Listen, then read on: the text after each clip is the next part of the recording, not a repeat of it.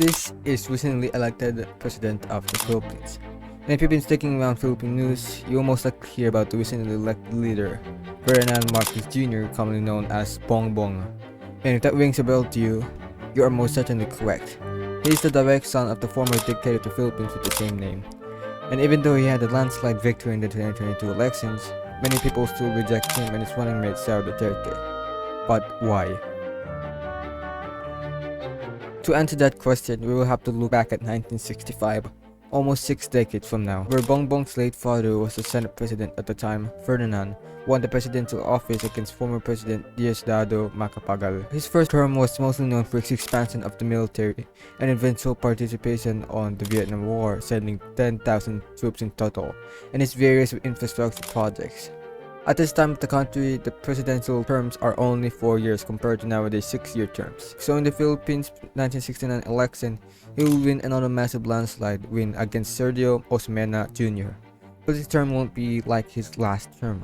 While doing his campaign for re-election, the balance of payment crisis happened.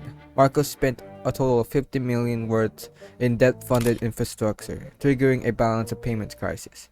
The Marcos administration went to the International Monetary Fund or IMF for help, and the IMF offered a debt restructuring deal. New policies, including a greater emphasis on relaxation of control of the Philippine peso, were put in place.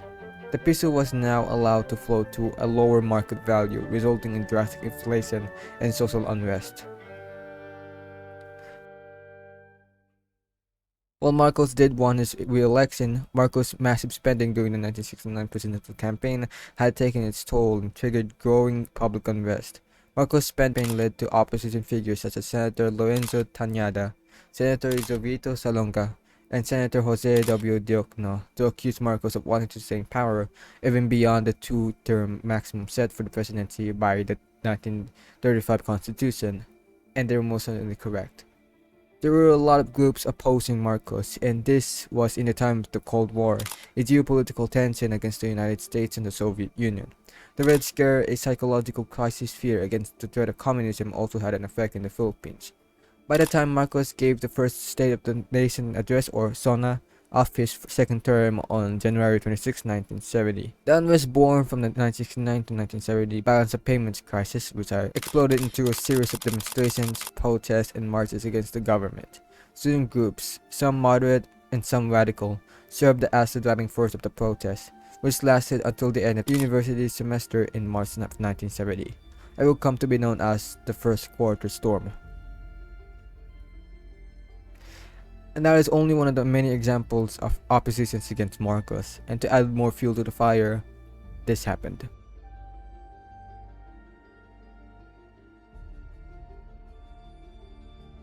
An unnamed former Communist Party of the Philippines officials alleged that the quote-unquote the Communist Party leadership planned and 3 operatives carried out the Plaza Miranda attack in an attempt to provoke the government repression and push the country to the brink of revolution. Communist Party leader Jose Maria Sison had calculated that Marcos could be provoked into cracking down on its opponents, thereby driving thousands of political activists into the underground. Some historians claim Marcos was responsible for the Plaza Miranda bombing, as he is known to have used false flag operations as a pretext for what he's gonna do next. On the evening of September 23, 1972, Ferdinand Marcos announced that he had placed the entirety of the Philippines under martial law. The proclamation of martial law is not a military takeover. I, as your duly elected President of the Republic, use this power, which may be implemented by the military authorities, but still is a power embodied in the Constitution, to protect the Republic of the Philippines and our democracy. This marked the beginning of a 14-year period of one-man rule. Even though the formal document proclaiming martial law, Proclamation No. 1081, was formally lifted on January 17, 1981, Marcos retained virtually all of his powers as a dictator. Plaza Miranda was soon followed by a series of about 20 explosions that took place in various locations in the Metro Manila area in the months preceding Marcos' proclamation of martial law. The Marcos regime officially attributed two explosions to communist quote-unquote urban guerrillas, and Marcos included them in the list of inciting events that served as rationalizations for his declaration of martial law. Marcos' political opposition at the time questioned the attribution of the explosions to the communists, noting that the only suspects caught in connection to the explosions were linked to the Philippine Constabulary. The site of the 1972 Manila bombings included the Palace Theater of Joe's department store on Quirino Street, both in Manila, the offices of the Philippines Long Distance Telephone Company or PLDT, Philippines Orient Airways, and Philippine American Life and General Insurance Company or Philm Life. The Cubao branch of the Philippine Trust Company, known as Phil Trust Bank, the Senate Publication Division, and the Philippine Sugar Institution in Quezon City, as well as the South Vietnamese Embassy. However, only one of these incidents, the one in Quirino Shopping Mall, went beyond damage to property. One woman was killed and about 40 people were injured. It's still unknown whether or not the communists were actually the one responsible with these bombings, let alone was a threat. One thing was clear, however: Marcos was paranoid. With the threat of social unrest against him and the upcoming 1973 election, he would most likely lose the presidency, not even mentioning the two-term max.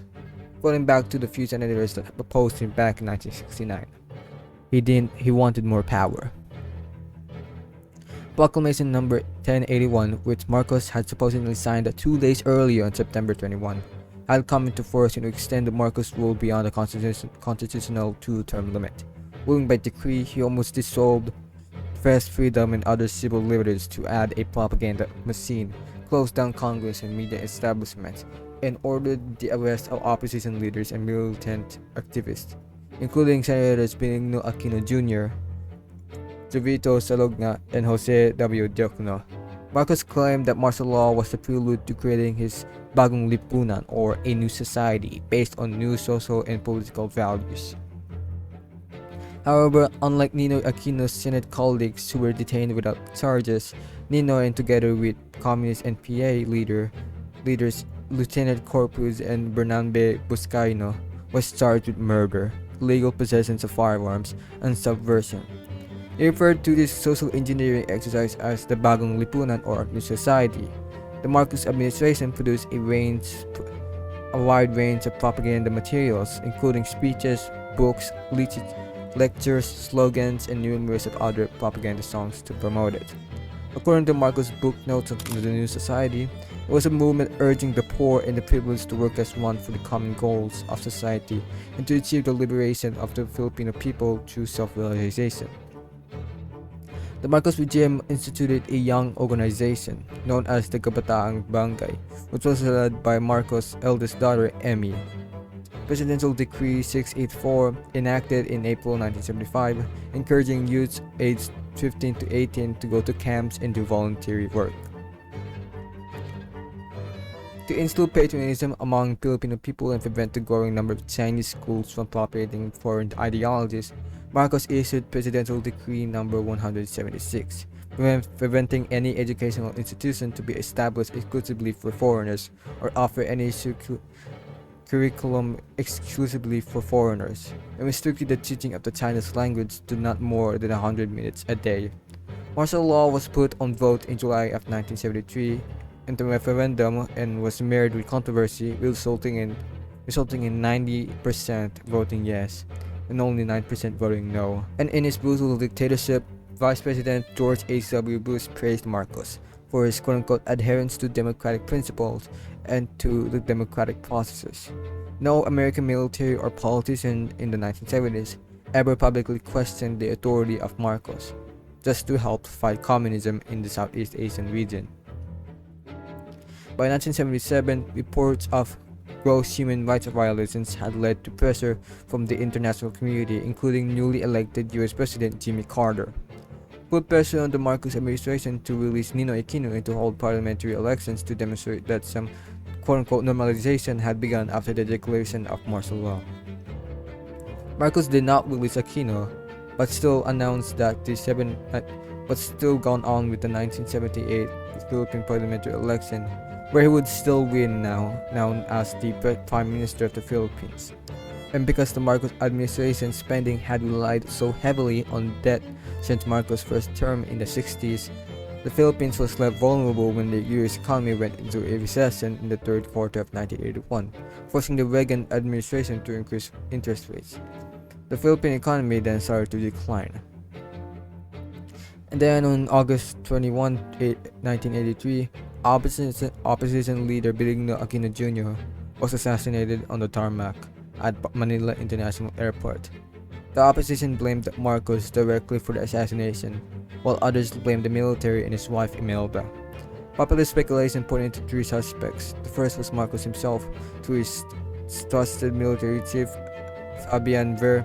The second theory pointed to his wife Imelda, who had her own burning ambition now that her ailing husband seemed to be getting weaker. And the third theory was that the Danding Kongoko planned the assassination because of his own political ambitions. And in August 1985, 58 assemblymen signed a resolution calling for the impeachment of President Marcos for alleged diversion of US aid for personal use. San Jose Mercury News exposed the Marcos multi-million-dollar investment and property holdings in the United States. In late 1985, in the face of escalating public discontent and under pressure from foreign allies, Marcos called a snap election with more than a year left in his term. He selected Arturo Tolentino as his running mate. The opposition to Marcos united behind two American-educated leaders, Aquino's widow,